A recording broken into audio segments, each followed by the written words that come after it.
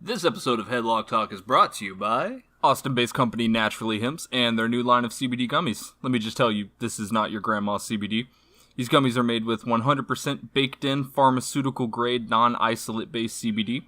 What we're talking about here is the entourage effect. The entourage effect refers to the stronger effect you get when combining multiple cannabinoids together, as opposed to just CBD.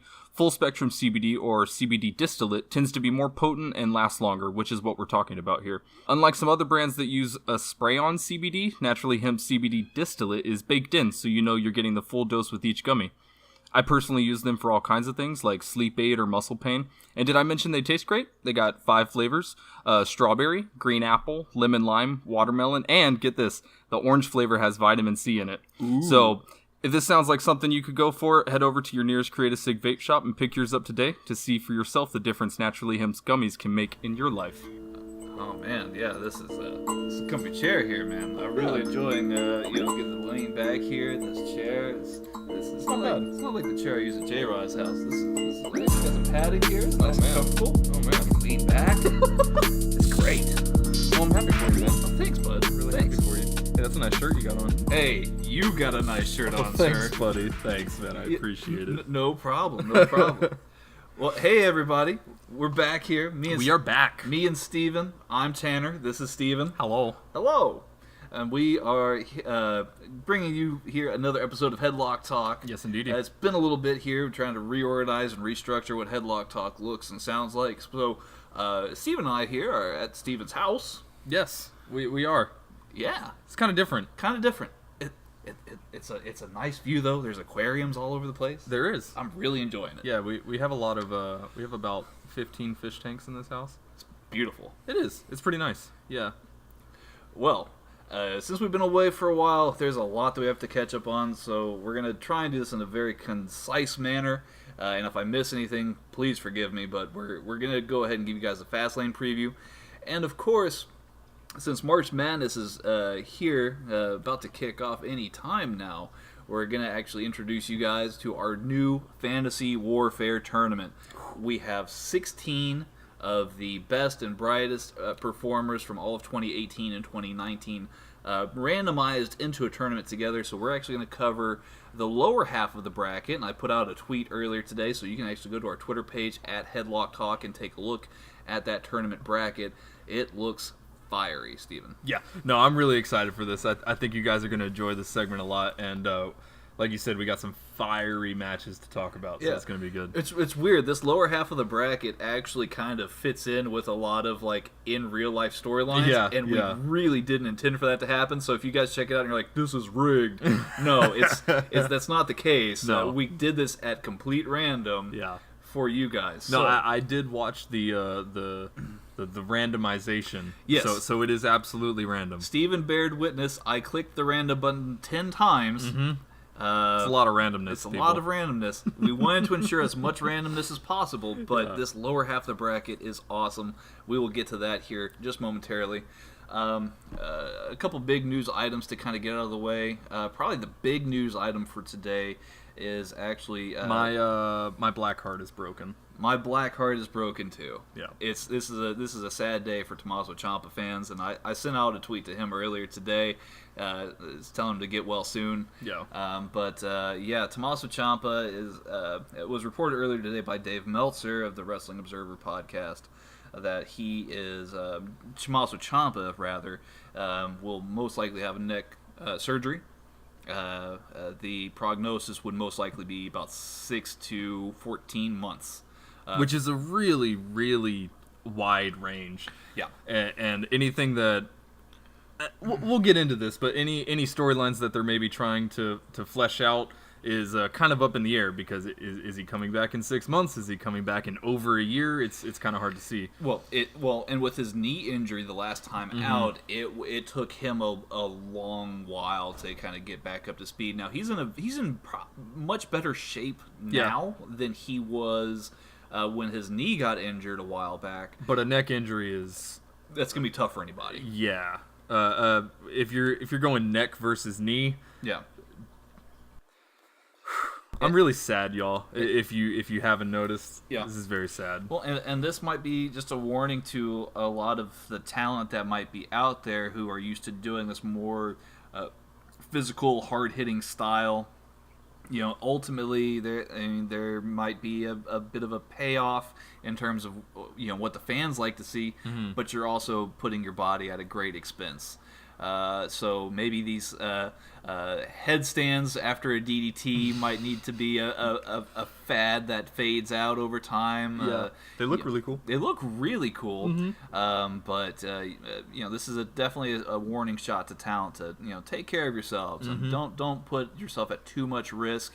Tommaso Ciampa, we wish you all the best, and we hope that you recover soon.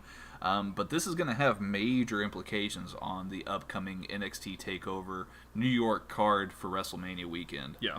I don't think it's any secret, but I think they've done a lot of teasing about it being the big blow-off match with Tommaso Ciampa and Johnny Gargano for the NXT Heavyweight Championship. Many would probably venture that Gargano would have ended up winning the match and taking the title off of Ciampa at that point. So, with that said, unless by some miracle Tommaso Ciampa does not have his surgery until after WrestleMania weekend, which I really, really don't see that happening. I wouldn't advise it personally. Yeah. But if by some miracle he does do that, I mean that's up to him. That's up to WWE. But most likely than not, we're gonna see probably some other kind of match put in its place. There's a few names that come to mind to me that could fill that spot.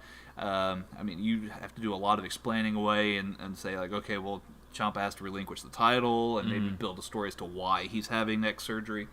But who do you put in that spot? Because, I mean, Johnny is obviously deserving of that main event spot for the huge, incredible 2018 that he's had in 2019. I mean, who else would you put in that match, Steven? Well, I mean, we talked about it a little while ago, and one of the ones that we were talking about that would make a lot of sense would be Adam Cole. Yeah. Specifically, Bebe. Yeah. Keeping with the trend of us saying Bebe every time. No, it would make sense, with Undisputed Era wanting to hold all the gold, all the NXT gold. Yep. That would be the most logical person to put in, just because if you're talking about some of the most over guys in NXT and some of the best heels in NXT, you're talking Ciampa and you're talking Adam Cole. Yeah, I would say Adam Cole's probably right behind Tommaso Ciampa at this point as far as top heelish characters. And, of course, like you said, he's incredibly over. And I can't really think of anybody else in my mind who would be more deserving of that big main event spot. Yeah. Adam Cole's a viable person in that spotlight. Yeah, and I'm not necessarily trying to, typecast Ciampa as like big heel or whatever, but I mean, he is in my opinion, he is the biggest heel in the industry. Well, he is 100%, but what I'm saying is I don't necessarily think that Adam Cole needs to be in that match only because he's a heel just like Ciampa is. Yeah. But just because in terms of the over level or the overage level, really the only one on the roster that really even comes close to Ciampa is Gargano. He's in the match. Yep. And Adam Cole. Yep. And so that I think would be the most logical one, and it would require the least amount of buildup. Right. Well, and I think you could definitely do kind of a playoff on just to kind of play off on your idea here, since they have made it a known story that 2019 Undisputed Era wants to hold all the gold. Right. So you could really pivot this into a unique situation where Adam Cole might win the title instead of Gargano, which might have been the original plan. That plan is probably scrapped at this point. Yeah. In my opinion, but for the way I see it going, you would definitely have Adam Cole win the title, which would be great for him. Yeah.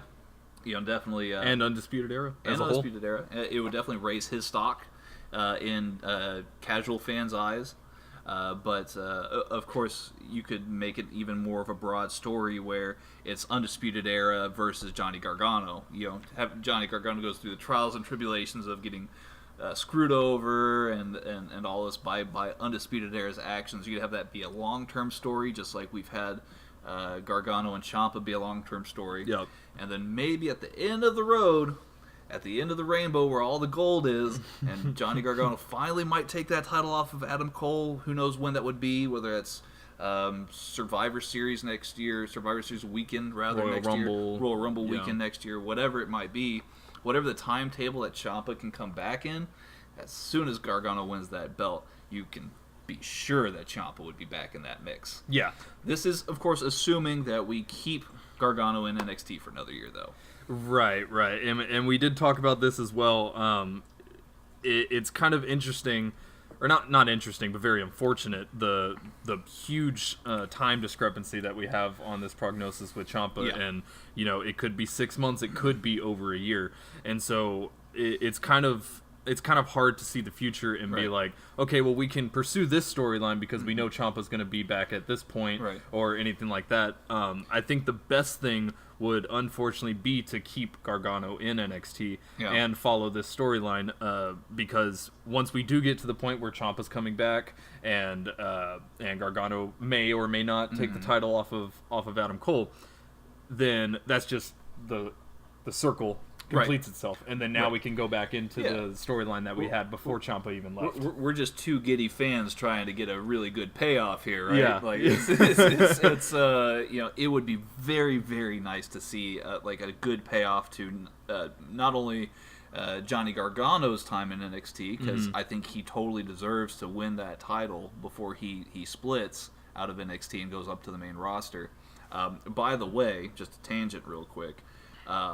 I did some reviewing, and I believe, and I could be wrong, but I believe that Johnny Gargano, at that point, if he won the title, would actually be the first Triple Crown winner for NXT, meaning that he'd held the NXT title, the North American title, and the tag titles. So that'd be awesome. If I'm wrong, if he wouldn't be the first Triple Crown winner, you can email us at headlocktalk@gmail.com. Again, it's headlocktalk@gmail.com. Prove me wrong.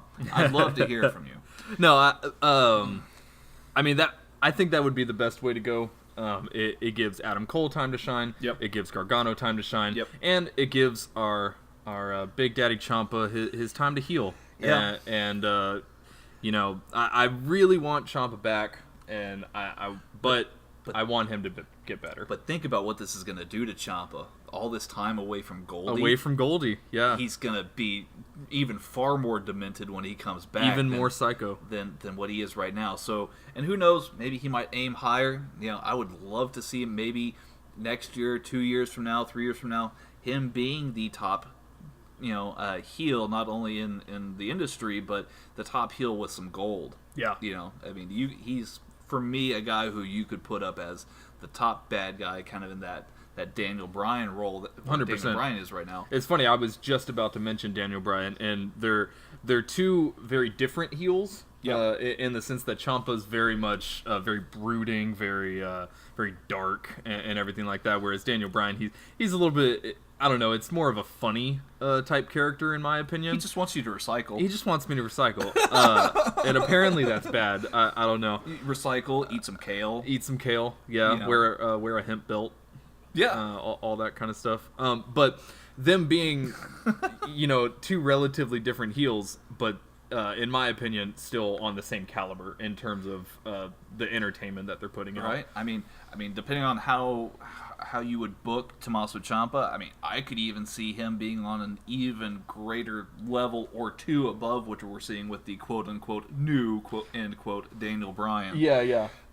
Which, that term still really bugs me, but we're tangenting. It's actually grown on me. You the like new Daniel Bryan. Bryan? It's actually grown on me, and the fact that the announcers announce him as the new Daniel Bryan, I find it funny. I like it. It's in all the adverts. Is it? Okay, well, they say the new Daniel Bryan versus Kevin Owens at Fastlane. The old Kevin Owens. Well, that makes him sound like he's like geriatric. He's not even that old. No, he's 31, 32. Yeah, he's probably mid to late 30s. Yeah. Maybe not even that. So, who knows? Good on you, Kevin Owens, for not being old. Well, and we'll talk about Kevin Owens and Daniel Bryan here. Oh, yes, we will. Because we're going to cover Fastlane real quick. I do want to take just a moment to give our condolences and send thoughts and prayers over to King Kong Bundy's family. King Kong Bundy passed away at the age of 61 earlier this week. He was a big star in the 80s, especially in the early WrestleMania days. He's probably best known for his WrestleMania 2 main event with Hulk Hogan inside a steel cage. So he's a big part as to why Hulk Hogan got over as much as he did, and he will be truly missed. Absolutely. Moving on here, we're going to cover Fastlane. Again, the matches don't really have a huge particular layout to them, so we're going to try and guess this as best as we can based on what we're seeing here, and we'll kind of give you some backstory here as well as well as predictions, of course. Looks like on the pre-show, man, this is going to be one hell of a pre-show match. I just want to say I completely disagree with the placement of this match. Yeah, no. So if you haven't seen the Wikipedia page, or if you haven't seen how the layout of the structure of this card is going to be, again, I don't know. We're kind of assuming this is going to be with the placement of it, but it looks as though, according to Wikipedia at least, Andrade versus Rey Mysterio in a singles one-on-one match is kicking off the pre-show. If you guys haven't been watching SmackDown, A, shame on you, and B, you're missing a series of wonderful matches with Andrade and Rey Mysterio. Every time they get in the ring together, it's absolute gold. Absolutely. No, they're just extremely high caliber matches from two really, really talented guys, and I think it's doing it. I think WWE's doing themselves a disservice by putting this on the pre-show. Saying that, though, I'm not really sure, based on the card that we have here, I'm not really sure what they would put on the pre-show instead of this.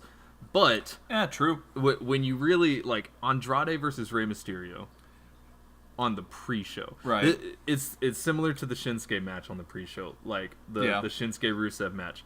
These guys are way more talented than the number of eyes that you're giving them. Well, the flip side of the coin too is you want to get the crowd really hot for the start of the main show, and this match would absolutely 100% do it. But it's like, okay, if you weren't gonna watch the pre-show, if you decided to skip it and you just didn't know that this match was on the pre-show, you might stand a chance of losing out on a really high caliber 15, maybe 20-minute match. Yeah. I mean, they might not go that long, but still, this is going to be really high-quality stuff between Andrade and Rey Mysterio. It's also especially hurting to me because I usually miss the pre-show. Well, on a lot of them, so we just can't have that this week. And no, I don't think we can because I am not missing this match. It's going to be great. It is going to be great. As far as a winner here, I mean, I think to get the crowd going, I would probably put Mysterio over. Yeah, especially since Andrade won their last match. Right. It's probably better for an overall crowd appearance, at least for the face to go over in this scenario. But especially someone as big as Rey. I mean, come on now. Like what you just said, if Rey if Rey put over Andrade last time, it's time to return the favor. Exactly. So exactly. From two guys who have a lot of mutual respect for each other. So. Right. Well, and I could even see this match going on again at WrestleMania. I mean, I certainly would not be opposed to that. I mean, they put on a classic every time. So yeah. I mean, check out the pre-show this time, y'all. It's going to be well worth your money, even if you have to bypass all the talking heads. For 45 minutes of it, you'll get a quality match here. Yeah. As far as the main card is concerned, again, this is in no particular order, but we'll probably start from not weakest to strongest, but we'll work our way through the card nonetheless. Asuka versus Mandy Rose for the SmackDown Women's title is on the card. They did a little bit of an angle here where Mandy Rose actually pinned Asuka. Mm-hmm. So a lot of people are upset. Asuka lost her mind. Yep. Lost her freaking mind. Yeah. It was intense. It was intense. I mean, I don't expect for Mandy Rose to pick up the title in this match. No, I don't think there's any reason for her to. But it's good to at least have somebody that can pose a threat to Asuka, or at least somebody who can be like, "Hey, I pinned you." Anything can happen. Yeah. So it's I think it's worth maybe watching it and seeing what happens. Yeah.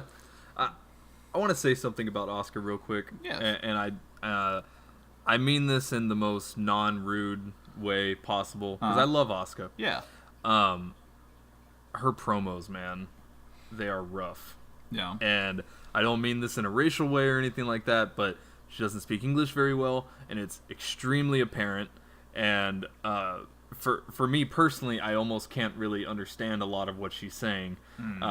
And I know I've been the guy who hates the talkers for champions and stuff like that. Yeah. But I think this is a situation where the superstar would benefit from having a mic or a mic person or a translator, a manager, just to cut some of these promos. Like, they talked for years about having somebody like Paul Heyman put with Asuka, and I don't think that would be detrimental at all. Maybe Asuka feels confident enough in her speaking ability to where she wants to do it on her own, and really, and I respect that. Right.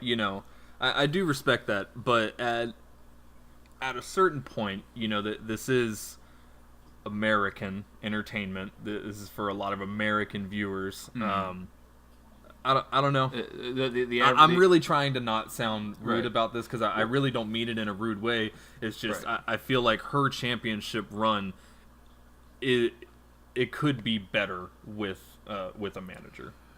Possibly, or I mean, you could go by the old adage that actions are louder than words, and just not give her a whole lot of talking bits at all, and just be like, who's ready for Asuka, and that's all she has to say. Yeah. And then just pummels and runs through everybody. Yeah, and me personally, I would probably prefer that, just because I don't know, her promos really take me out of the moment, unfortunately. I mean, I personally, I can generally understand what she's saying, or at least trying to convey. But sometimes it does feel a little bit forced through, and I think maybe part of it is not necessarily that the creative is bad behind it, but she's reciting lines and she's trying to say it plus enunciate everything, right? And it's in a different language that's a second language to her. So there's a lot of things going on. There's a bunch of moving parts and trying to figure out that problem. But like you said, I mean, they should put a manager with her. I think. Yeah. Maybe somebody who. I can't think of somebody right off the bat. Yeah. Paul Heyman would have been a good person to throw in, but obviously he is tied up with Brock, and he's made that pretty clear. Yeah. No, I mean, that being said, though, I really like Asuka a lot. Yep. She has fantastic ring work, and all the matches that she's in are great. Yeah. I mean, like I said, I don't see Asuka dropping the title at this point. Do you? No, absolutely not. Especially not to Mandy Rose. Get out of here. Nothing against Mandy Rose? Everything against Mandy Rose. Oh, okay. Well, I mean, it's not to like Nia Jax levels, but I'm not a fan. No, fair play, sir. Fair play. Moving right along here to the... This seems like it always gets placed second on the card, but you know what? I mean, it's absolutely fine. The Usos versus The Miz and Shane McMahon for the tag team, SmackDown Tag Team Championships. So everybody's asking, is this the will they or won't they as far as who's going to turn on who with Shane and The Miz? Or do you perhaps see The Miz and Shane winning the titles back? I do see Miz and Shane winning the titles back, but not at Fastlane. Oh, okay. At WrestleMania. Oh, okay. So what I think is going to happen, and I know we kind of touched on this a little bit, and I'm putting both of our ideas into one. But what I think, maybe should happen, in my opinion, is Jay and Jimmy retain at Fastlane. At the end of the match, there is some tomfoolery, some trickery going on with the Usos attacking the Miz's dad, because they did make a huge point of the Miz's dad will be there. Will be there, exactly. Yeah. And so at the end of the match, Jay and Jimmy Uso, they just put more insult to injury that they lost the match. They maybe grab Miz's dad and throw him over the barricade. Yeah. Try and do some tag moves on him. And Yeah. Miz is helplessly watching. Exactly. And then that could set up a huge overcoming glorious moment at WrestleMania where the Miz and Shane McMahon get the titles off of Jimmy Uso and have revenge for Miz's dad. You could do that. You could do like I said, like you were saying, have Miz's dad in the ring in Fastlane, and he's in peril, and they're doing tag moves. The Usos are doing tag moves on him, and Miz is on standby, just like helplessly watching. Something's going on with him, maybe. Yeah. Maybe you have Shane come to the rescue with a steel chair and try and like save the day, but it's too late because they've already lost the match. Yep. And then maybe at WrestleMania, Miz's dad jumps the barricade and cleans house on the Usos. That would be fantastic. It would be great. Yeah, they hit them with like at the end of the match, they've already won. Yeah. Shane and Miz already won. They're already the tag team champions. Yeah. And then Miz's dad just hits both of them with a super kick. Yeah, or like a skull crushing finale. Yeah. Or he goes up and does a coast to coast. Oh, snap. Yeah. Or if there's a double coast to coast between Shane and Miz's dad. Yeah, both of them in opposite corners converging you just have into two one. senior citizens flying through the air. Oh, man. I mean, Shane probably is a little bit older than Miz's dad, though, in all honesty. So I mean, probably. Yeah, he's getting up there. No, but joking aside on this match, I do think that the Usos will retain, and I do think that this will lead to Miz and Shane McMahon getting the championship at WrestleMania. 100%. It's possible. I mean, the other thing, too, is, Shane could betray Miz. Please don't. Or Miz could betray Shane. Please don't. This tag team is like junk food to me, man. I love it. It is pretty great. They have. I don't know if they sell the actual jerseys, the Miz and Miz-O-Mac jerseys. I need it if they do. That'd be great. That would be great. But yeah, no. I hope they do stay together because I think that the fans are really starting to warm up to this tag team here. Yeah.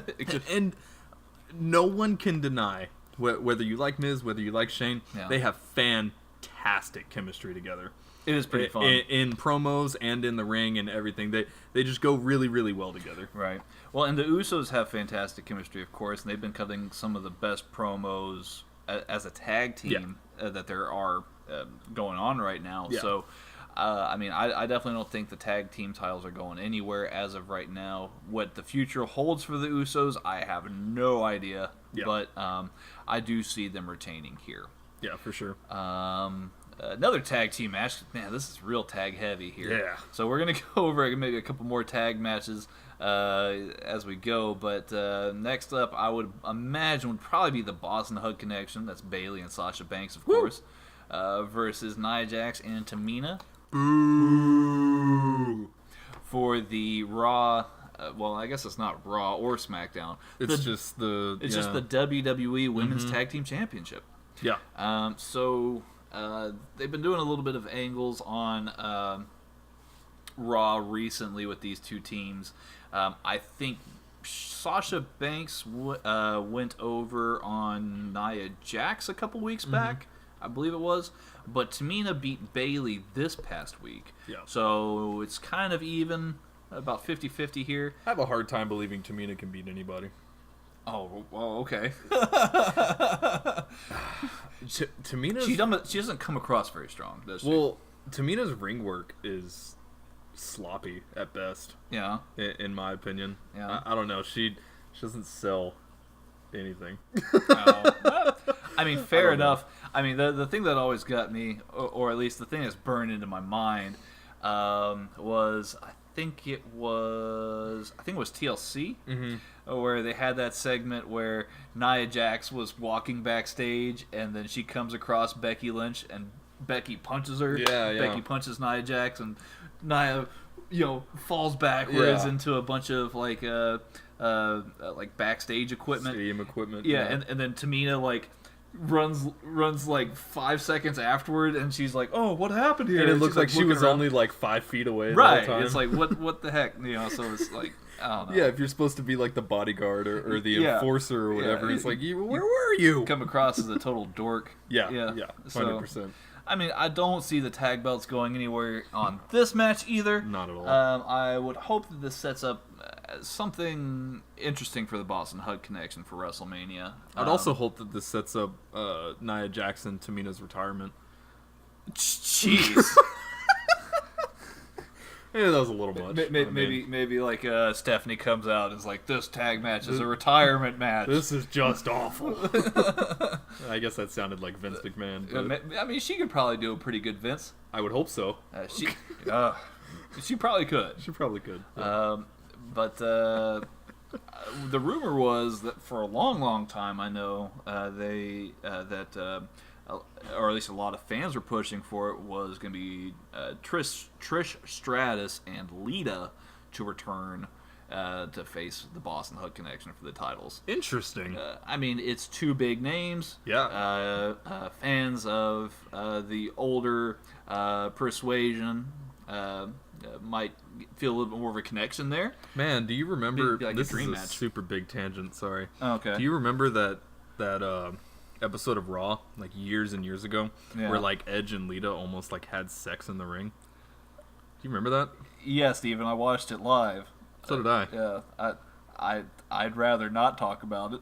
No, I didn't want to talk about it. Yeah. I just wanted to know if you remembered it. No, I absolutely remember it. Cool, moving on. Yeah, no, I mean, I'd like to think that Lita would be known for other things more so than that, and she is. She's a legend when it comes to women's wrestling. I'm not trying to put her whole career into that moment. Definitely disparage. Not. Yeah, no, that's definitely not what we're aiming for here. But yes, I do absolutely remember. Very interesting time for WWE viewing. Interesting choice. Yeah. Of entertainment, of quote unquote, scripting an episode. Yeah. Yeah, I mean, hey, that's what they were feeling that day, I guess. I guess so. No, but Edge is, rated R, so I mean, he is. You have to have a live sex celebration, apparently. I guess so. No, but in all seriousness, though, yeah. I think that would be a great match. Boston Hug versus Lita and Trish Stratus. Yeah, that sounds awesome. It would be great. Yeah, it'd be great. Where's this rumor coming from?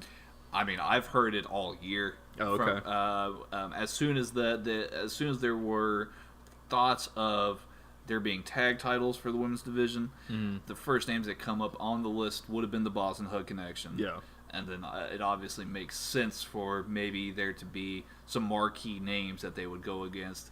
And I personally don't feel as though there's any other tag teams that are going to be as strong or bring the star power to a WrestleMania tag match for the women's division than what Trish and Lita could do. Yeah. That's nothing against the women that are on the roster right now, but when WrestleMania comes around, they're looking for star power. Yeah. And, I mean, Trish and Lita were great at the Women's Evolution show, so, I mean, why not, right? Yeah, for sure.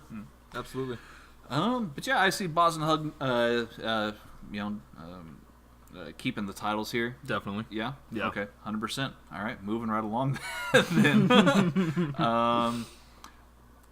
Man, another tag match. Yeah. So and this one's intense. So what is it with the tag matches right now, Steven? Like, is it just like, I feel like this is just like a fad that Vince is going through. Like, I really don't know. I talked to you about this in the car. Yeah. This is my first Fastlane, so I don't have a lot of context for it. Yeah. I almost think that they're trying to put some kind of metaphor together where it's like Fastlane, fast, tag team, it's crazy, everything's going fast. I don't know, but I mean, possibly. I mean, like, I remember a time where, like, for like a whole week, I would get off of work and I would go to the we have in Texas HEB, which is our regional grocery store. Yep. I would go to the HEB and I'd buy the same bag of potato chips each night, and I would eat. It's a small bag. Where's this going, Tanner? Well, patterns. I got in the habit of doing that. Maybe Vince is just like, I'm in the habit of doing tag matches, so I'm putting a bunch of tag matches here. I see. Okay, yeah. I'm sorry to cut you off. I see where you're going. No, yeah. I mean, I just like potato chips is all. Yeah, I mean, don't we all? We do. No, I just think it is kind of weird that there's this many tag matches. That's 4? One, two, yeah, that's 4. 4 tag matches on an 8-match card. Yeah. That's pretty intense. 7 if you discount the Rey Mysterio Andrade match. I don't, because that match is going to be great. It's going to be great. There's no way I can discount that match. Fair play. But yeah, no, this match here I think is going to be quite unique. It's going to be a triple threat tag team match for the WWE Raw Tag Team Championships. We have the Revival, which is Dash Wilder and Scott Dawson, of course, versus Aleister Black and Ricochet versus Chad Gable and Bobby Roode. This is just me, but I really want Aleister Black and Ricochet to have like a tag team name. Like, Aleister Black used to be in a tag team in Progress called the Sumerian Death Squad. And, of course, both Ricochet and Aleister Black are high flyers. Yep. Maybe call them the Aerial Death Squad. That'd be cool. That would be a very cool name. Yeah. Or Witchcraft. Or like, something cool. You gotta have something. Taboo. Ooh. Yeah.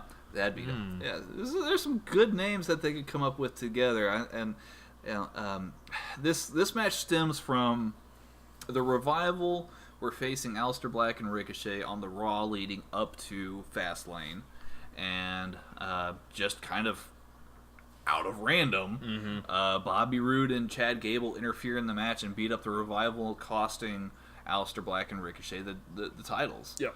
Because I feel like Aleister Black and Ricochet were rolling. I thought so. Yeah. I thought there was an absolute chance that maybe they pick up the tag team titles on Raw and they do an automatic rematch on Fastlane. But there's no automatic rematch clause anymore. There's no automatic rematch clause anymore. Yeah. Which is why Chad Gable and Bobby Roode are here in the first place. Yeah. Because there's no automatic. Because they're upset that they never got their rematch. Yeah. Oh, see, you followed the story, Steven. Look at me. Yeah. Very cool. You put that together, man. I didn't even think about that.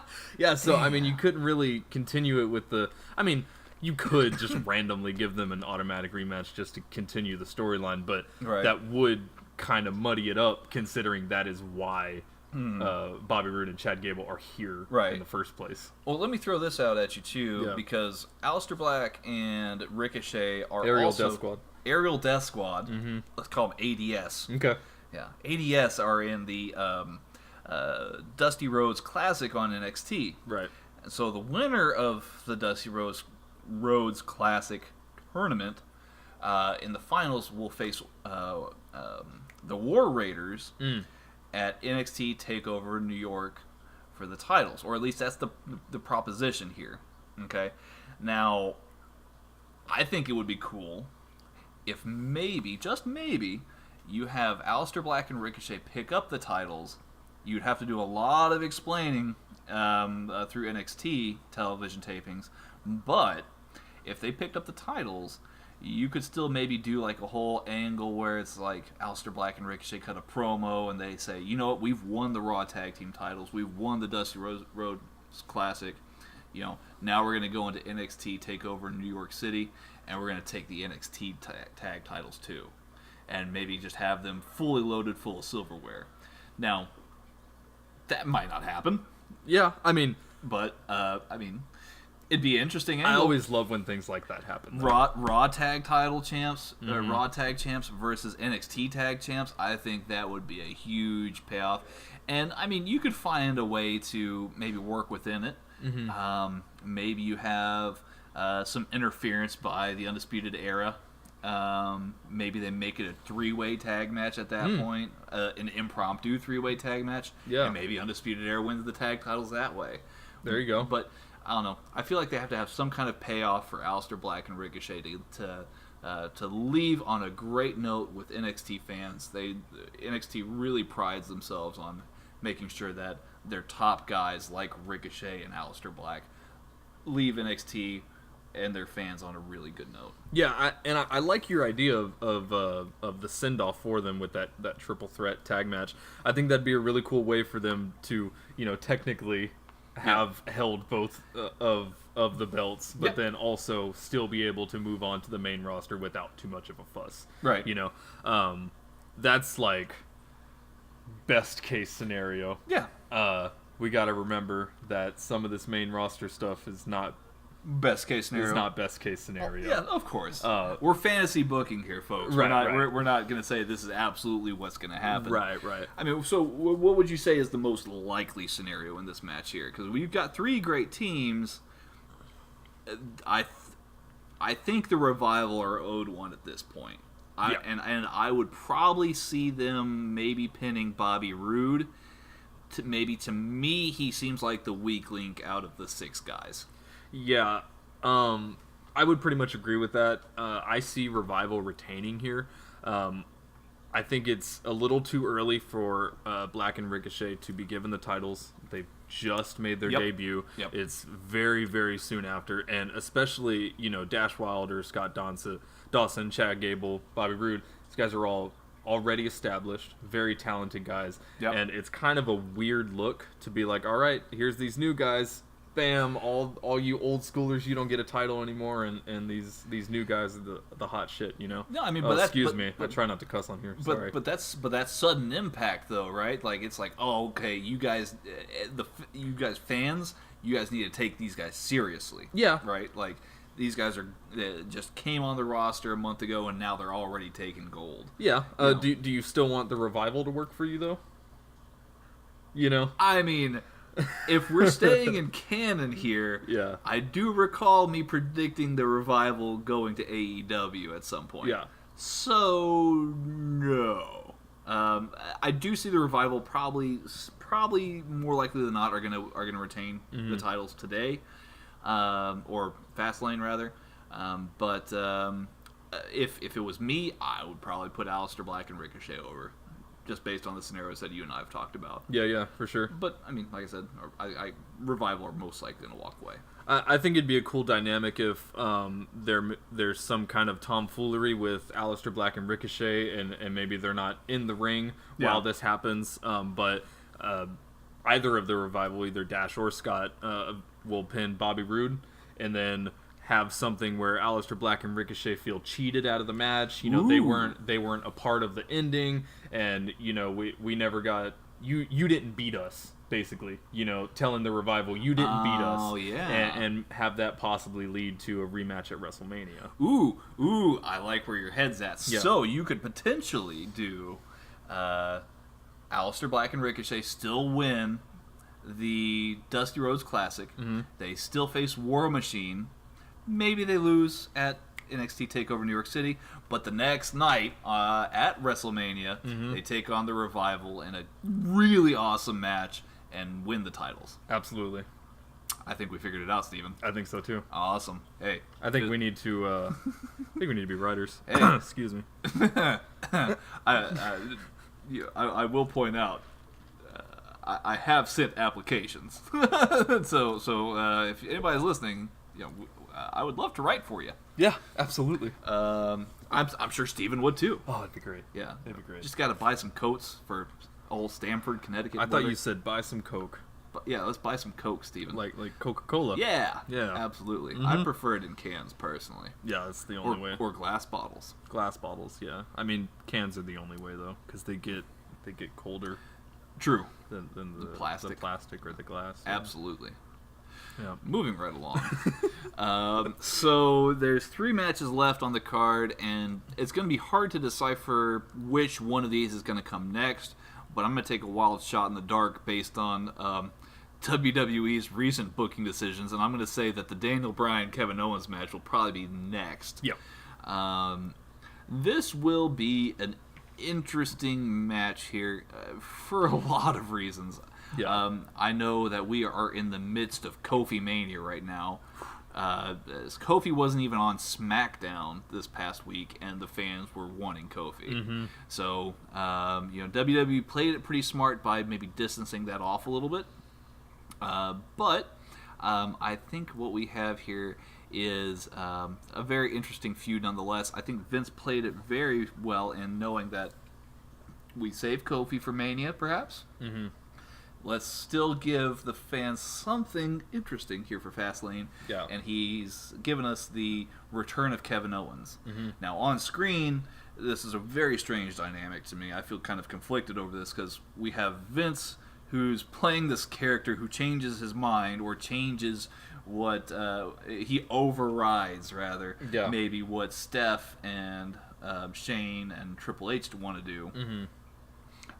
And he's like, well, I'm gonna put Kevin Owens here in the main event. I'm the man. Yeah.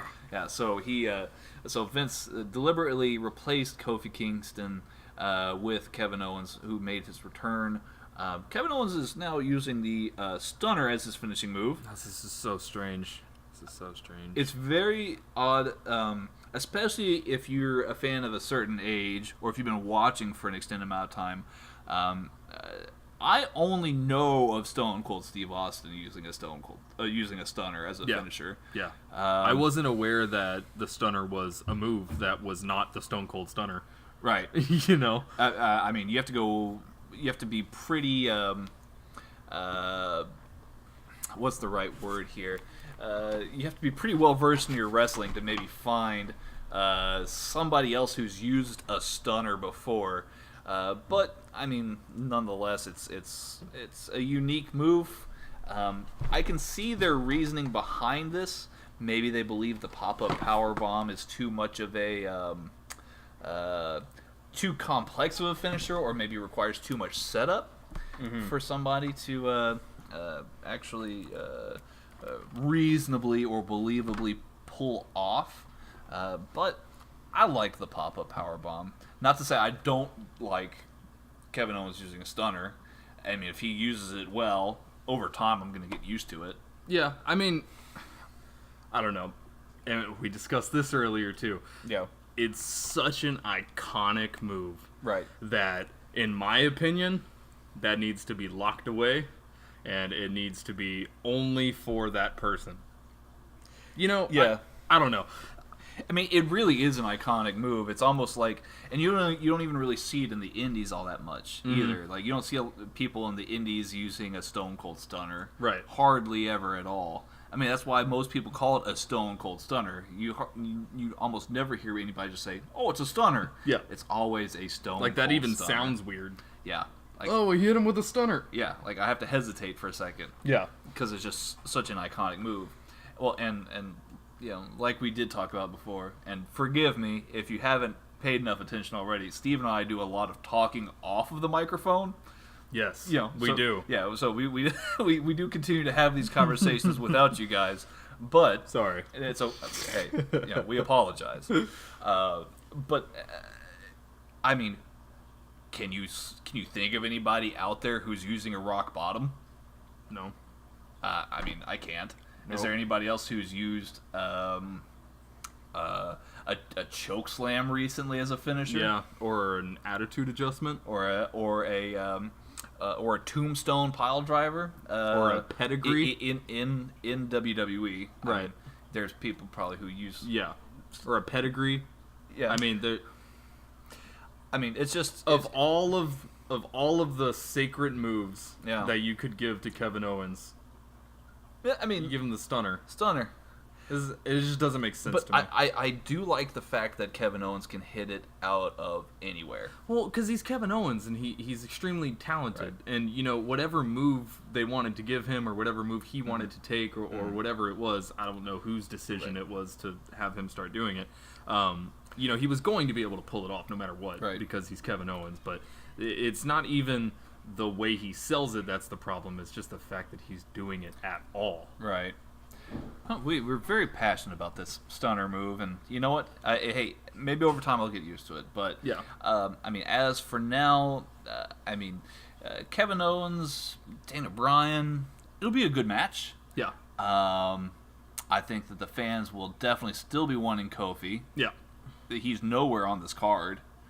So they're really saving Kofi for Mania. Like they really want you to get to that fever pitch level of Kofi Mania, and then give you what you want. So with Vince coming out and taking Kofi out of the match, putting Kevin in, now you have an opponent in the match who's very heavily backed by Vince, and Vince does a lot of booking decisions and things like that. Do you think, because I think Daniel Bryan will retain here, do you think that this will possibly lead to a triple threat at WrestleMania with Daniel Bryan, Kevin Owens, Kofi? It's possible. I don't know how we get there. but I definitely think it could be possible. I think you get to a point maybe where it might be a little bit problematic if you do another triple threat, like for a major title. But that's not to say it couldn't happen. I mean, the way I see this playing out is Daniel Bryan will probably get a little bit of assistance from the outside. Maybe Luke Harper finally returns. I keep bringing it up, but it still hasn't happened. But you do have Rowan at ringside. They're calling him the Big Redwood now. So that sounds vaguely sexual. Well, he's very tall. You see. I mean, he's got this very big red beard. So they call him the Big Redwood. I don't like them talking about his big wood. Hey, Steven, this is a family show. Excuse me. Sorry. That's okay. Sorry. We can cut that out. But you know, I agree with you. Daniel Bryan's gonna win this match here. I believe maybe via shenanigans. Who knows?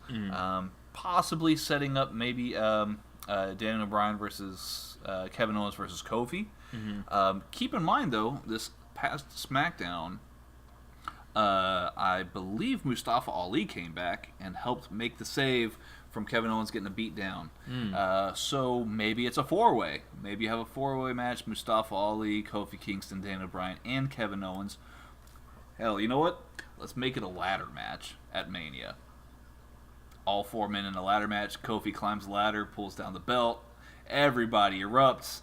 Kofi celebrates with the New Day, and he rides on a wave of pancakes back to the back. That sounds fantastic. Yeah, absolutely. That sounds absolutely fantastic. You know, I mean, I'm just saying. I mean, it'd be a wonderful idea, and it would play off all 4 men. Yeah. Daniel Bryan has competed in plenty of ladder matches. So has Kevin Owens. And then you've got Kofi Kingston and Mustafa Ali, who are brilliant aerial artists. Yeah. Why not make it a 4-way ladder match? I think that'd be brilliant. That would be really cool, actually. So, I mean, that's what I see happening. But like I said, I'm picking Daniel Bryan to go over here in this match at least. Yeah. Moving right along, we've got the Shield reunited for one last ride, as they said. Oh, so you think that one's coming up? I'm gonna say that's gonna be second to last. I don't see this. I see this match being the main event specifically because Roman's in it. Fair play. Yeah. I mean, like I said, it's real 50-50 between this match here, where it's the Shield reuniting for one last time, versus Baron Corbin, Drew McIntyre, and Bobby Lashley. So that one could be second to last, or we could have Charlotte Flair and Becky Lynch in this second to last spot. I'm only going with the Shield and the other 3 big guys in this spot here, simply because of what I could see happening with the women's match closing the show. Gotcha. But with that said, we'll get there. Yeah. Just so we can at least cover it here. So they really fit about a month's worth of story into one Raw, with them trying to get the Shield back together. Yeah. It opened with Roman asking Seth, "Hey, I need a favor from you." Seth was like, "Hey, I'll give you that match with Brock, if that's what you want." Yeah. Like, that was almost the implication. But he was like, no, we need to get the band back together one more time. Yeah. So Seth spent the whole Raw trying to make amends with Dean, and Dean was not receptive to it. And then of course, Elias comes out, who Dean's been feuding with, and Elias hits Dean with a guitar. So that sets up a match between Dean and Elias on Raw. This is all in one episode. This is one episode of Raw. So Dean loses to Elias, and then Seth and Roman come out and try and encourage Dean. Hey, we need to do this all together, man. They kept calling each other brother, and, like 50 million times. I mean, all they needed was like some Hulkamania shirts. Yeah, that'd be great, brother. So, and then Dean's like, screw this. I don't want to be a part of the Shield. Yep. He walks off through the crowd. Baron Corbin and the beef machines, Drew McIntyre and Bobby Lashley, come out. It's a lot of beef. That's a lot of beef. so they come out and they cut a promo saying how they were going to challenge the Shield, but they were too weak, and they come out and start doing a beatdown on Reigns and Rollins. Wasn't looking good. Yep. And Dean's in the crowd. The camera's panning back and forth between the ring and between Dean Ambrose freaking out in the crowd. Yeah. And then finally Dean snaps and runs, back into the ring. And, the Shield stand tall and clear out all the guys. And then Roman and Seth put their fists out. Yeah. And then Dean's all conflicted again. Yep. And then he finally relents, puts his fist in the middle too. And the crowd goes wild. Crowd goes wild. Yeah. Yeah. All in one episode of Raw. Yeah. It was pretty nuts, honestly. I'm exhausted just explaining it. Yeah, honestly. Some of the promos that they were cutting there, and newsflash, we talked about this earlier. Some of the promos that they were cutting were just crazy, cringy, in my opinion. Specifically, the first promo that Romans and Rollins cut together. They were just calling each other brother in every single sentence. It came off as, and I used this metaphor earlier, it came off as two 12-year-olds who knew each other their entire life, and one of them was moving away. Right. That's what it sounded like Roman being the big brother who's exactly. like, I'm going into the army, Seth, and I'm not going to see you for a long time. I don't know when the next time I'm going to see you again is.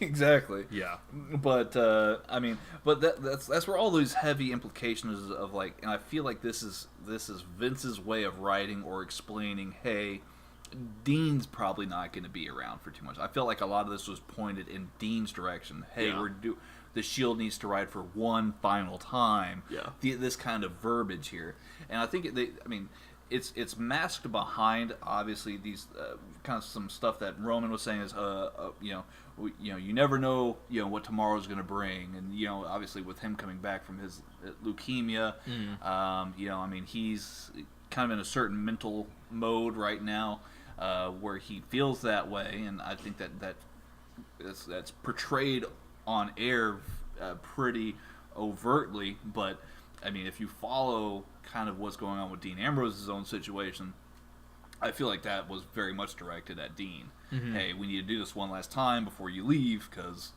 we don't know if we're ever going to do another Shield thing again, so do it one last time for the crowd. With that said, I would really like it if this match was a no DQ match. Mm-hmm. I feel like most of the Shield matches are great if they're no DQ. Yeah, for sure.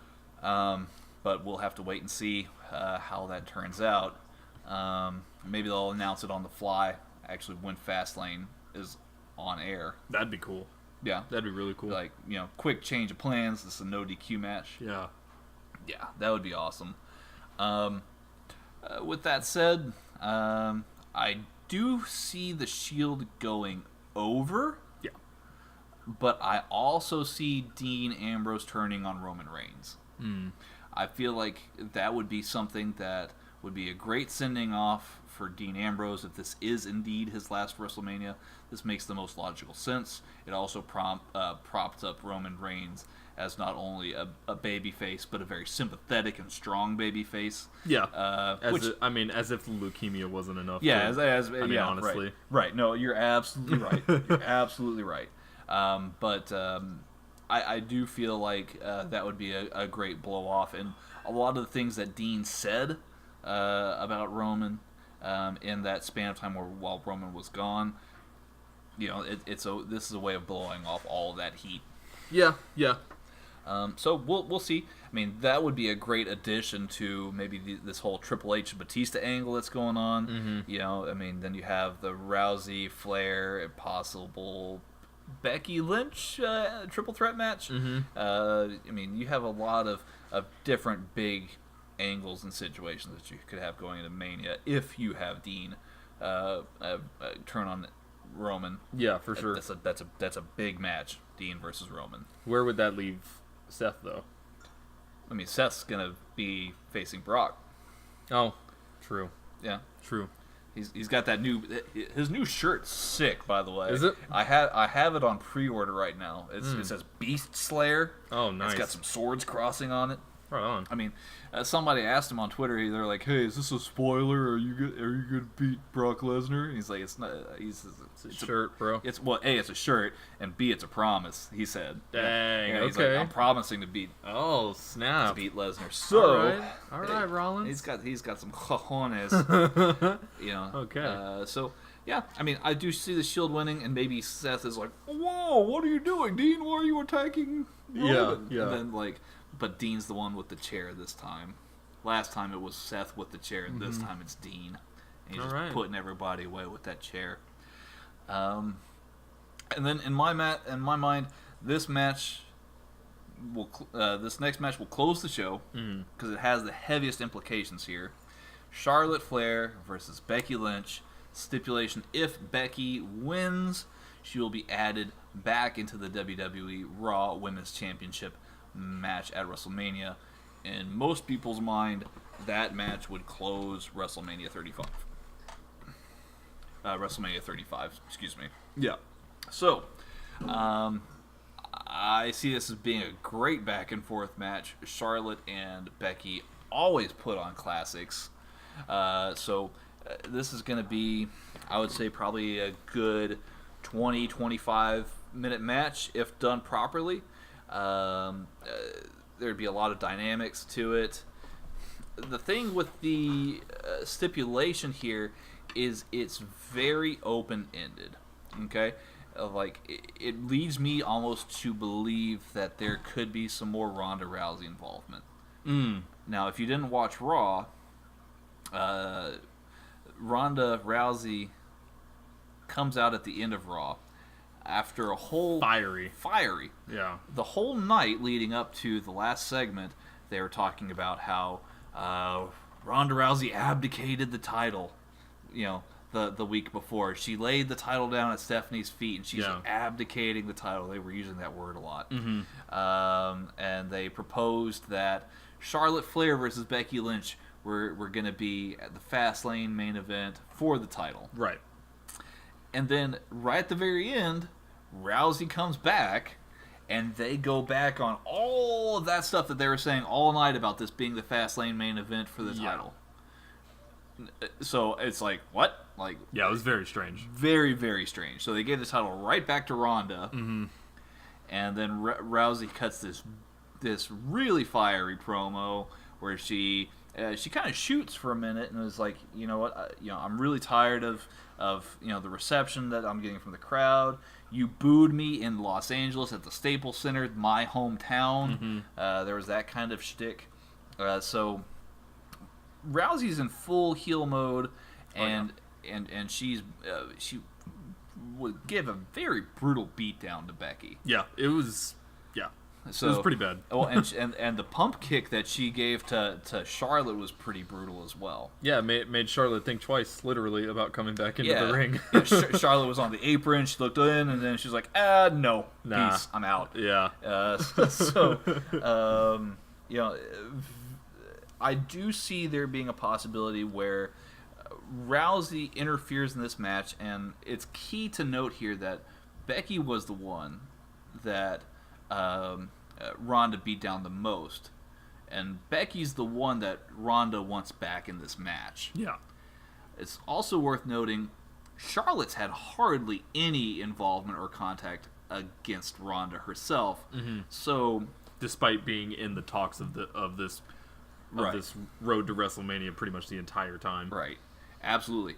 I think it's possible to see one of two things. I think I know where you're going with this. You could see Ronda come in and force a DQ by beating the ever-loving tar out of Charlotte. Yeah. Which would, I guess technically that would actually disqualify Becky.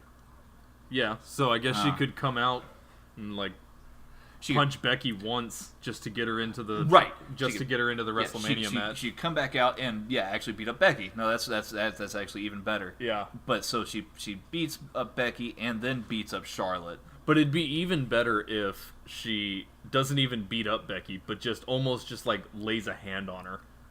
Maybe. Just to say that there's her. interference. Yeah. But then she really goes after Charlotte. Or both. Or both. you know. I mean, or you could still have Ronda come out, and maybe there's like a ref bump, and Ronda like smashes Charlotte with the belt and slaps on an arm bar and everything, and just really lays, Charlotte to waste. Because we are talking about a Becky Lynch who's going to be on one leg. I don't know how long of a match this is going to be or how they're going to exactly work it. If they do this brilliantly, it's going to be awesome. Yeah. But you could have it just be like Becky's getting beaten down, and then finally Ronda comes out, not to really help Becky, but more or less to bring her back into the match, because Becky's really the one that Ronda wants to face. Yeah, yeah. So I do see ultimately Becky Lynch either winning it right straight up, or somehow getting her work back in here. But I wouldn't be surprised if Ronda Rousey's the one standing tall at the end of the night. Yeah, no, honestly, I think it would be... there's really no way to have this be a real match with the injury that Becky currently has. Right. And so it's probably going to be some kind of slight replay of the Corbin-Strowman match at TLC where it's not really a match. Maybe. Possibly, for sure. I think it would make the most sense to have Ronda come out, just lay the smacketh down on Becky for a little bit, lay the smacketh down on Charlotte for a little bit, and then, like you said, be the one standing tall at the end leading up to WrestleMania. Right. No, I just think that you have to give Charlotte and Ronda some reason to also dislike each other. Like I feel like a lot of the animosity in this lead up to WrestleMania is very one-sided. It's very much Ronda and Becky really dislike each other. Becky and Charlotte really dislike each other. But Charlotte and Ronda, besides Ronda pump kicking Charlotte, which, to be honest, Charlotte didn't seem to care too much. Yeah, she just didn't want to get involved. Right. But there's really not any animosity between those two, so I want to see that being fleshed out here too. Give all three women reasons to dislike each other. I mean, if you do have Ronda come out at the end and have Charlotte win via DQ with Ronda beating Becky up, that is kind of depending on how you build it and how you write for it. You mean the opposite way? Becky winning via DQ. Via DQ, right? You could have that, depending on how you write it, have Charlotte be upset with Ronda for that because it should have been me and you, but you had to come in and ruin everything and add Becky back in. Yep. And it is kind of a weak storyline a little bit, but depending on how you play it, it could work. Yeah, absolutely. I think that if done correctly, you could really make this a really great match, or you could make it mean a very little and make it be an overwritten segment. It's a fine line, but I think that ultimately I trust them just enough to pull this one off. Yeah, I mean there's enough talent in the ring and on the mic to make it work. Awesome. So, well, and we're gonna try and do a recap show ASAP. Yeah. Once this show goes off air, so stay tuned, listeners. We have. One of the things that we've been working on recently and why it's been taking us so long to get back to you guys, we've got another computer on the way, so we'll have a third recording site that we'll start doing most of the recording there at my house once it's all set up.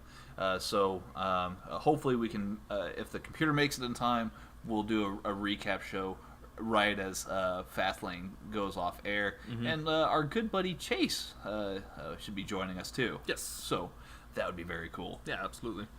But yeah, I would say this overall looks like a really solid card.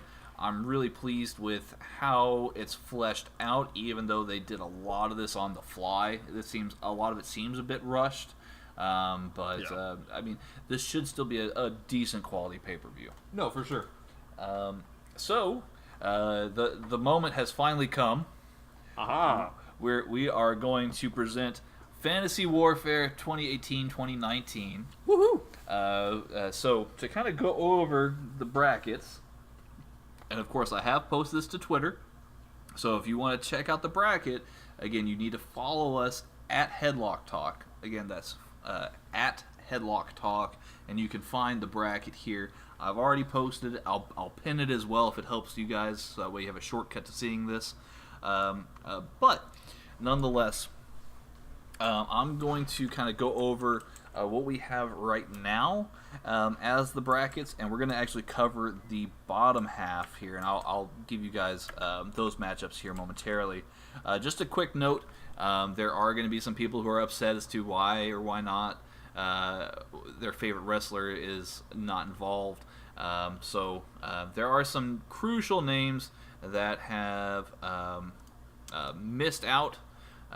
Maybe like Walter, who's made a huge splash with Progress. They've also, as well as in NXT UK, he's been Progress champion for a long, long time. And I hope to talk more about Progress because it's a promotion that I'm really excited for and really excited about. They're putting up great matches all the time. So I'll talk more about Progress in the future. But Walter missed out on making the bracket this year. Adam Cole is another guy who just missed out. You know, there are some other names. So guys, if I've missed something, again, please write us either on Twitter at Headlock Talk, or you can also email us, headlocktalk@gmail.com. And don't forget, when you get to Twitter, don't forget to hit that subscribe button or follow button. We would certainly like to hear back from you guys. So the bracket, the top of the bracket that we are going to cover on next episode. We have Finn Balor versus Aleister Black. Yeah. Oh, yeah. That's going to be great. I mean, all of these matches are just fantastic. Seth Rollins versus Cody. Will Ospreay versus Tommaso Ciampa. And Kazuchika Okada versus Kota Ibushi. So that's going to be on next week's episode. You can, again, check out this bracket on our Twitter page. But tonight, we have a whole nother set of matches here on the lower side of the bracket. So, on the lower side, we have Velveteen Dream versus Johnny Gargano, Kenny Omega versus Chris Jericho, Pete Dunne versus Ricochet, and AJ Styles versus Daniel Bryan. Again, these are the top 16 from 2018-2019, in our opinion. And again, this is random. This is random. That AJ Styles-Daniel Bryan match was not on purpose. No. But it worked out. Completely by accident, and neither was the Kenny Omega-Chris Jericho match. Yeah. We weren't trying to, do this on purpose, obviously. Again, this is completely at random, but this is how the lower half of the bracket shaked out. Yeah. So, the way that this is going to work is we're going to analyze how each participant's 2018 and 2019 has been. We're going to talk about their upsides, their downsides, and kind of figure out how a match between these competitors would play out and who ultimately, in our opinion, would win that match if we were going to be booking it. So, without further ado, let's just kind of get right down into it here. Velveteen Dream versus Johnny Gargano. Yes. Now, this match has already actually happened. Right. Johnny Gargano is, to me, I would say probably the best talent WWE has picked up in the last, I would say, 10 years. If you follow the Wrestling Observer with Dave Meltzer and Brian Alvarez, which is one of the marquee wrestling news outlets, Dave is famous for doing these ratings, having this rating system that we also use here, and Johnny Gargano has more 5-star matches in the last, I would say, 2-3 years, at least ones that I've rated. Dave rates fairly similarly to how I rate it, but he's put on classics. Yeah. Every takeover Consistently. He is Johnny Takeover. So he's going to go down as probably one of the best WWE talents of all time, even if he doesn't make a huge splash on the main roster, just out of his NXT work alone. Absolutely. From what he does on takeovers. No, Johnny's coming off of a huge 2018. Had a crazy feud with Ciampa that led to a ton of really great matches. Also had, like you said, a couple matches with Adam Cole, match with Velveteen Dream, Aleister Black, which that was a fantastic match as well. the match with Ricochet at NXT TakeOver Phoenix. Yeah, where he won his North American title. Yep, and lost it. but yeah, he did lose it very soon afterwards to one Mr. Velveteen Dream. Yes. But that being said, though, Gargano is just a crazy talented competitor. And like I said, huge 2018 as well. Yep. So I mean, that's not to say or discount or credit because we discredit because we do want to be as impartial here for you, the listeners, as possible. Yeah. Velveteen Dream also has a knack for ending up in these really high-profile, great matches too. Absolutely. He really rocketed his career after having a match with Aleister Black a couple years ago. I think that was in 2018, if I'm not mistaken. Maybe 2017, perhaps the 2017 War Games pay-per-view, War Games Takeover War Games 2017. Yeah, that was with him and Aleister Black. Okay. Yep. So that was really good. Obviously, I mean, the halftime heat one that also involved Johnny Gargano. He was great there. Velveteen Dreams had great matches with Ricochet. Velveteen Dreams had great matches with Johnny Gargano himself. Mm-hmm. Absolutely. Velveteen Dream's one of those guys where his in-ring talent is undeniable. Yeah. He's fantastic in the ring, has some really good technique and some really cool spots. Mm-hmm. With his like flying elbow. I forget what they call it. It's one of his finishers. The big elbow drop. He has some really cool finishers. The one thing about Dream, though, I think that he has over almost everyone on the NXT roster is he is the best on the mic. Yeah, his charisma is off the charts. And I would even put him above, in terms of mic work specifically, I would almost even put him above the likes of Ricochet or Johnny Gargano. Velveteen Dream's mic work is just amazing. There's something very magnetic about Velveteen Dream. Absolutely. And his mic work, his charisma, there's just something that draws you to him when you see him on the screen. Yeah. And I think that's part of the reason why he tends to find himself in these huge impact matches, Yes, absolutely. I would say between these two, they actually probably share their best match with the same person for all of 2018. In 2019 for that matter. Both of them had amazing matches with Tommaso Ciampa. Yes. And I think that for the most part, that's probably going to go down as Velveteen Dream's best match to date. Is the one that he had against Tommaso Ciampa. I would agree with that up to this point. Yeah, I mean, despite him now being the current North American champ. Yeah. Right?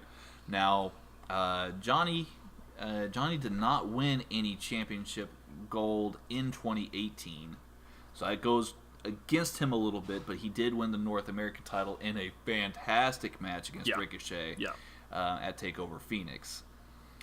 So when it comes down to it, Steven, who do you got here?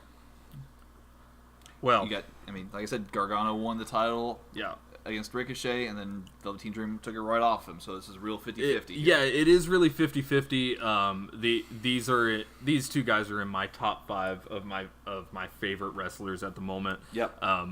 If I did have to pick someone, though, I'm gonna have to go with Gargano, unfortunately. Yeah. Specifically because the one thing, these guys are so even in terms of mic work, in terms of ring talent and everything like that. But Gargano has the technicality. Yeah. And Velveteen does not. Yeah. I'm sorry. No, I mean, there's nothing to apologize about. Yeah. I agree with you 100%. I think that, and I mean, you guys as listeners, if you aren't watching NXT on a weekly basis, go back and watch this match from the NXT tapings that they just had, where Velveteen Dream won the title, right?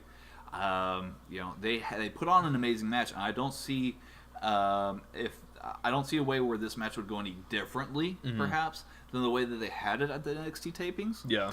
But I definitely do see Gargano being the one that would win out. If you had a 10-match series, Gargano's going to win more times out of 10 than Velveteen would. On average. Yeah, for sure. That, and you have to, like I said, you look at the body of work that Gargano has. His 2018 was huge. It started with an amazing match with Andrade, at TakeOver Philadelphia. You had an amazing slew of matches with Tommaso Ciampa. Yeah. You had great matches with Aleister Black. Great match with Ricochet. Yeah. I mean, Johnny Gargano's amount of his record's just outstanding. Yeah. Absolutely. It's almost like everything he touches turns to gold, Hey, there you go. And to a certain degree, pretty much every match that Gargano's been in, he's either stolen the show or been right there with the winner, or anything like that. He's a big part as to why NXT normally gets more fanfare than what the following WWE show would the next day. For sure. His work is a big reason as to why. So, I mean, I agree with you. I'm going to go with Gargano over Velveteen Dream on this one. Yep.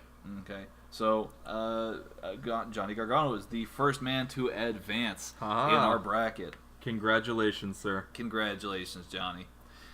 Next match up here, we have Kenny Omega versus Chris Jericho. Another accidental storyline.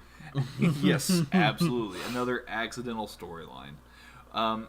So, obviously, we've seen this match. Yep. You can find it at Wrestle Kingdom 12. Can also find it in the future at Double or Nothing. You can also find it in the future at Double or Nothing. That's absolutely right. Yep. So,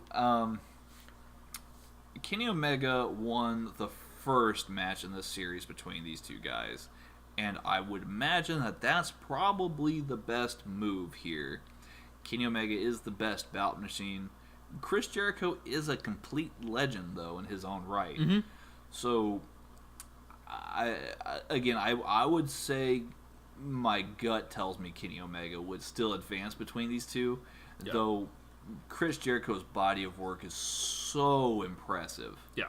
So, I mean, where do you see this one? So this one is absolutely, without a doubt, the hardest decision for me, because are we taking them as they are now, or are we taking them at their best, at their prime? Because Jericho, you said it best. He's a legend. Yeah. His mic work, his ring work, everything like that. He's just an extremely talented guy, and someone that really understands the business and the industry and everything like that. But then Kenny Omega is Kenny Omega, and if we are being fair to what we describe the tournament as, which is this is an overview of the 2018 up to now. Yeah.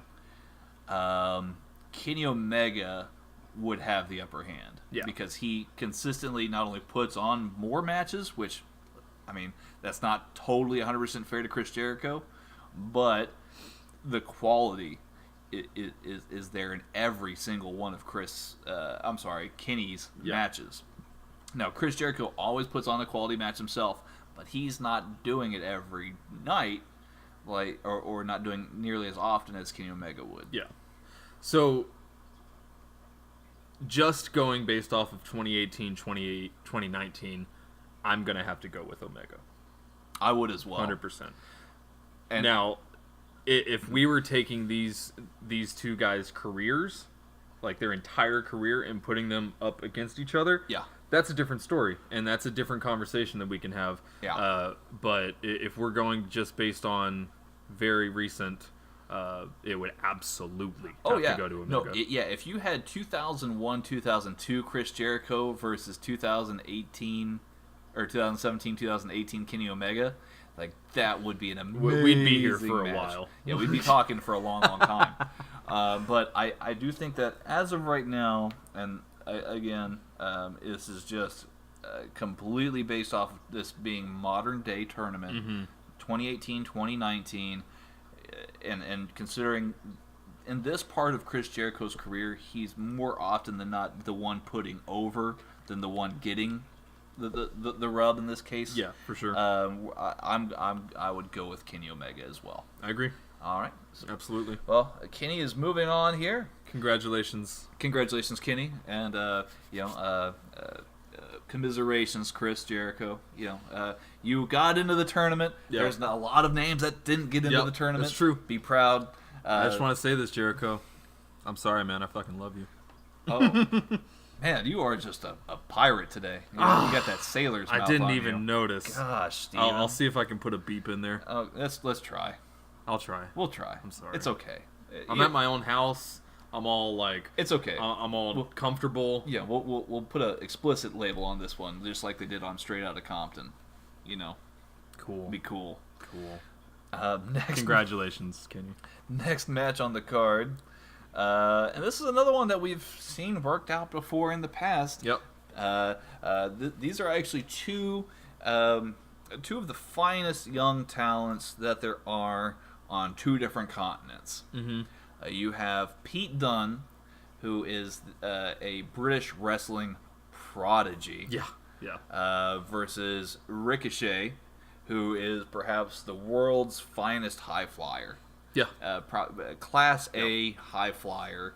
That there are very few who can even get close to his skills. For sure. We have seen this match before. Play out a few different times. Again, this is all random. To the best of our ability. Yeah. But yes, Pete Dunne and Ricochet, very, very different styles. So Pete Dunne, the thing that's very impressive with him for me is he is WWE's current longest reigning overall champion as of today. Over 600 days holding the title, the UK Championship. He won that off of Pete Dunne at the original NXT TakeOver Chicago show, which was an absolutely wonderful match. Off of Pete Dunne? Pete Dunne beat Tyler Bate. Gotcha. Yeah. Did I say Pete Dunne beat Pete Dunne? You did. He might have. That's okay, though. Hey, he pinned himself. Maybe he's got some demons that he's fighting against. Maybe Who so. knows? It's tough being a bruiserweight. Sometimes. Pete Dunne's a really hard-hitting, stiff guy. Mm-hmm. And it would be interesting to see how that style would counter Ricochet, who, for all intents and purposes, he was a great North American champ. Yeah, he had 100%. He had a classic match where he took the title off of Adam Cole. Mm-hmm. He is really getting over on the main roster now, too. As he should be. Yeah. Yeah, for me, this matchup, it's a lot easier for me than Omega Jericho. I will say that. Okay. Specifically because with Pete Dunne and Ricochet having such polar opposite styles of wrestling, Yeah. I think Ricochet does his style better than Pete Dunne does his style. And so what I mean by that is the only way that I would see Pete Dunne successfully beating Ricochet in a singles, one-on-one, no shenanigans match is if he's able to keep him grounded the entire match. I was about to say the same thing. And that, my good friends, is impossible because Ricochet is Ricochet, and good luck keeping him grounded. Right. He would have to go and take the Johnny Gargano approach that Johnny used to get Ricochet down for long enough for Johnny to take the title off. Yeah. Now, Pete Dunne, in his 2 years of being NXT UK champ, he's faced a lot of different unique talent, whether it's in WWE. He's also defended the title in progress. The WWE UK Championship has been up for grabs there before. He's faced a lot of the best guys out there. I do have a feeling that his tenure is gonna come up soon. He does have a huge match planned for NXT TakeOver New York City against Walter. Yes. Walter just seems like the right guy to take the title off of Pete Dunne. Yeah. The one thing that I would again put up next to Ricochet's ability and him being the best at his style is just that simple fact that Pete Dunne's held that title for so long, that UK Championship. Yeah. And he's seen so many scenarios that I feel like he would also have the experience to match what Gargano would have brought to the table against Ricochet. Mm-hmm. This would be a great match, though. Yes. To me, it's a real flip of the coin. I guess, Steven, if you know who you're going to go with, I mean, go ahead and provide your answer, because I'm going to need a second. I'm going to have to go with Ricochet. Yeah. I like Pete Dunne a lot. Mm-hmm. I like him a lot. I really like his style. The bruiserweight, with the fingers and the crazy suplexes and the different holds that he does. He's a really technical wrestler, and his matches are super fun to watch because of it. Mm-hmm. But Ricochet just has the technicality on another level. Yep. In terms of reversals, high flying, all sorts of stuff like that. I mean, for me, there is no way that Ricochet doesn't walk out beating Pete Dunne. And here's the thing too. Both men, I think, would be great WWE champions in the future. Oh, absolutely. I could see absolutely. both of them. I could see both of them being heavyweight champ in the future. More likely than not, I see Ricochet in that spot. Yeah. Not only sooner, but also more often. Yeah. I think Ricochet's an absolute star that the WWE could put a rocket on his back and really take off with him. He could be a top guy, a top face, alongside Roman Reigns, or even somebody who could exceed that popularity if given the chance. And not that this has too much to do with the actual match itself, right? But not very many people come close to Ricochet's mic work.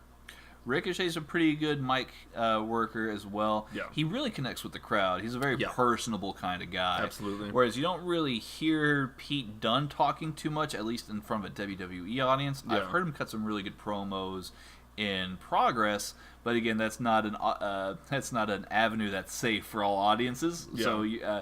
So Pete Dunne is when it comes to WWE and more exposed viewing, perhaps, is a guy who leaves a lot of his work in the ring, as opposed to the mic. Yeah, for sure. So we're kind of taking a different approach than what we would have in the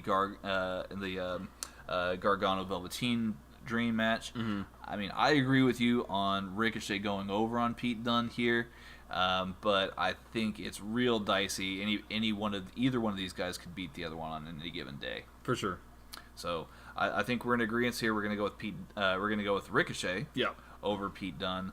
Right on. Pete Dunne is going to be joining Tyler Bate. Here in the relegation seat here, but again, this is something I could see us doing every year. So hey, there's always 2019, 2020 for Pete Dunne, for sure. Tyler Bate, Walter, Adam Cole. Mm-hmm.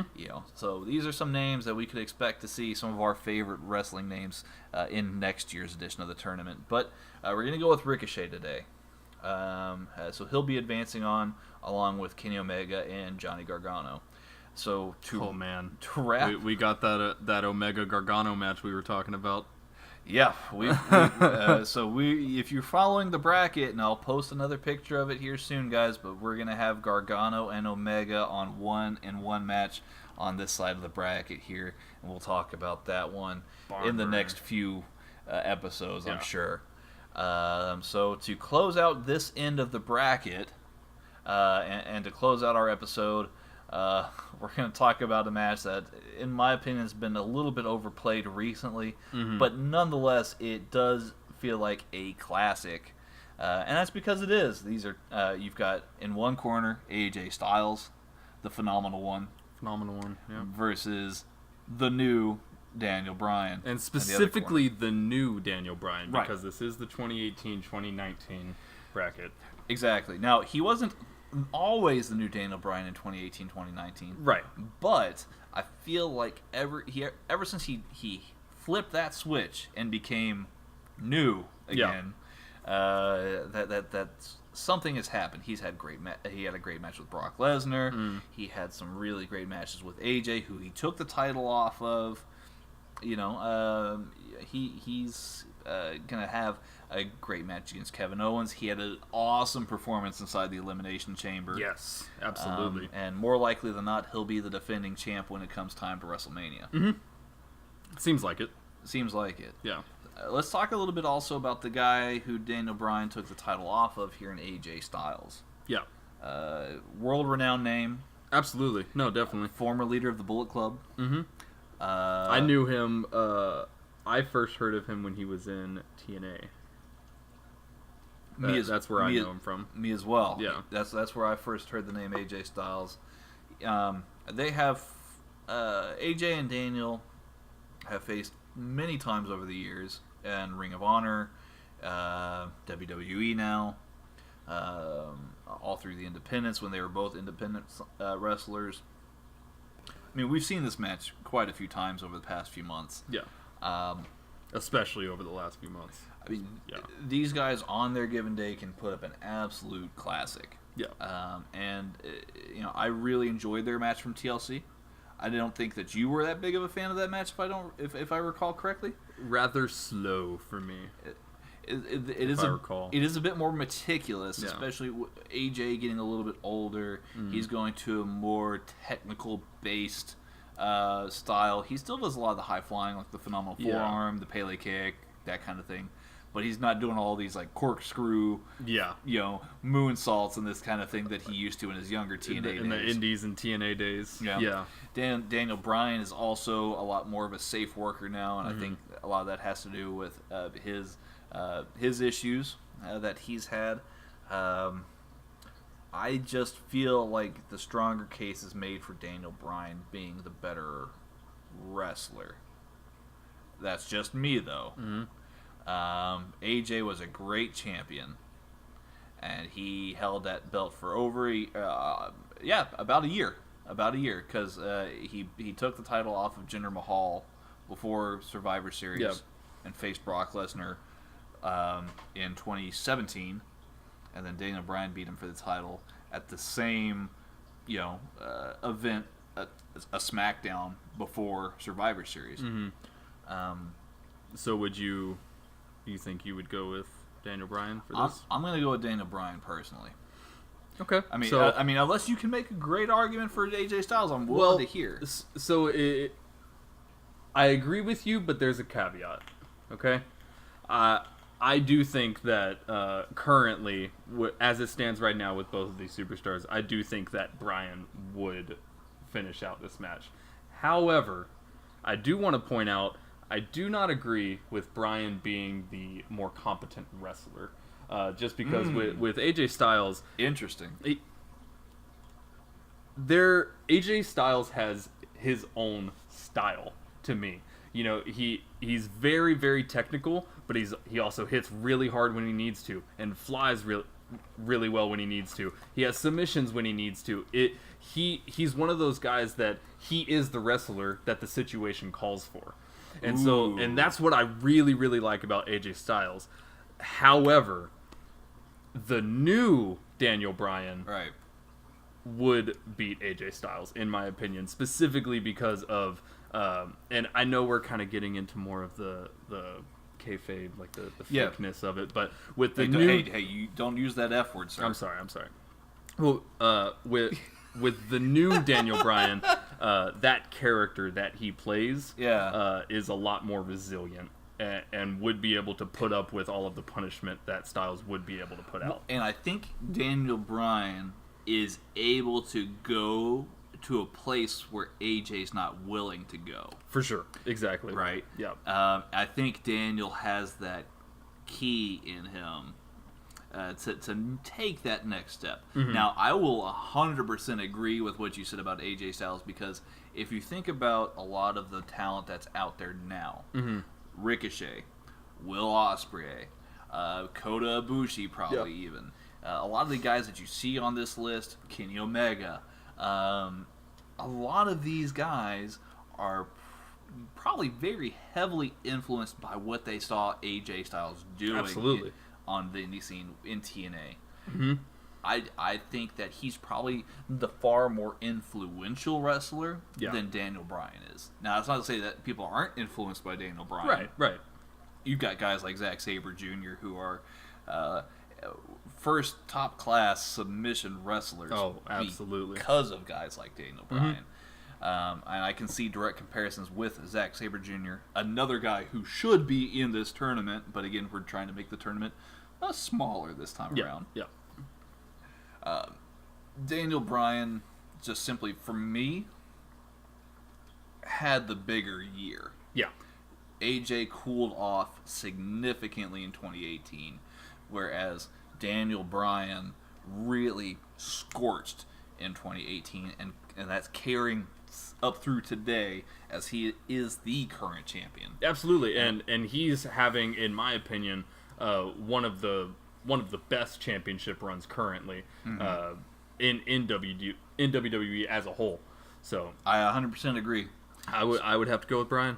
All right, so it's unanimous between Steve and I. Daniel Bryan is moving on to the next round of the tournament. So, congratulations, sir. Congratulations. So, as of right now, the 4 men who have advanced in the lower side of the bracket are Johnny Gargano, who will face Kenny Omega, and you also have Ricochet versus Daniel Bryan. Oh man, both of those matches are 6-star out of 5 possibility. Like, they're both gonna be great. They're both gonna be great. Yeah, for sure. So on next episode, when we do the recap for Fastlane, we're going to do the top side of the bracket. So just again to recap what those matches are going to look like. Again, we have Finn Balor versus Aleister Black, Seth Rollins versus Cody, Will Ospreay versus Tommaso Ciampa, and Kota Ibushi versus Kazuchika Okada. So all of those are going to be great as well. So stay tuned, you guys. We sincerely appreciate your patience while we've been on a little delay here, while we've kind of reworked everything.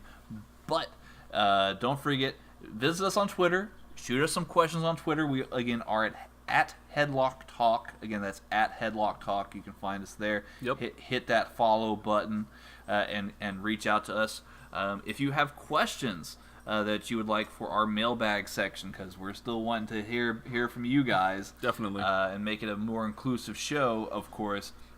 Send us your questions, headlocktalk@gmail.com. Again, that's headlocktalk@gmail.com. Send us your questions there. For sure. And then, of course, you can listen to our shows on iTunes. Just search Headlock Talk. Again, you can find it on iTunes, Spotify, Stitcher, and of course on YouTube. Yep, absolutely. And we got more of the Knockout series on YouTube, which is our shorter form version of this podcast. Also, kind of a news roundup type show as well. So if y'all are looking for a shorter form version of our beautiful voices, then definitely go check that out. The Knockout series on YouTube. Well, and let's not forget about J-Raw too. I mean, J-Raw's been out with a little bit of a stomach bug recently. He's kind of getting back into the flow of things, so he's going to be coming back on our shows very, very soon. But yeah, Steve and I just want to get together and do this preview real quick with you guys, and we're also going to introduce our friend Chase in some future episodes as well.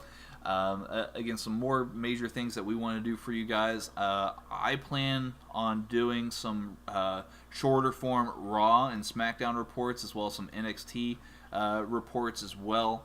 So once we get that third studio rolling up, you guys, you'll definitely be able to hear us talk more about that. And if, you know, and Steven, if you know, the invitation's open, sir. You're always welcome to come on over and watch some Raw and SmackDown and some NXT. We'll see what happens, man. Okay. See what shakes out, you know. All right. Either way, you guys are about to have a lot of Headlock talk coming at y'all, so definitely make sure that you're following us on all our different outlets on the interwebs. Exactly, 100%, you guys.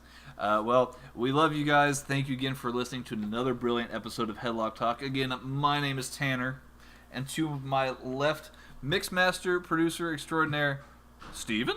Question mark? Question mark? What? Yeah, Steven. Mixing with the soundboards. Yeah, sometimes.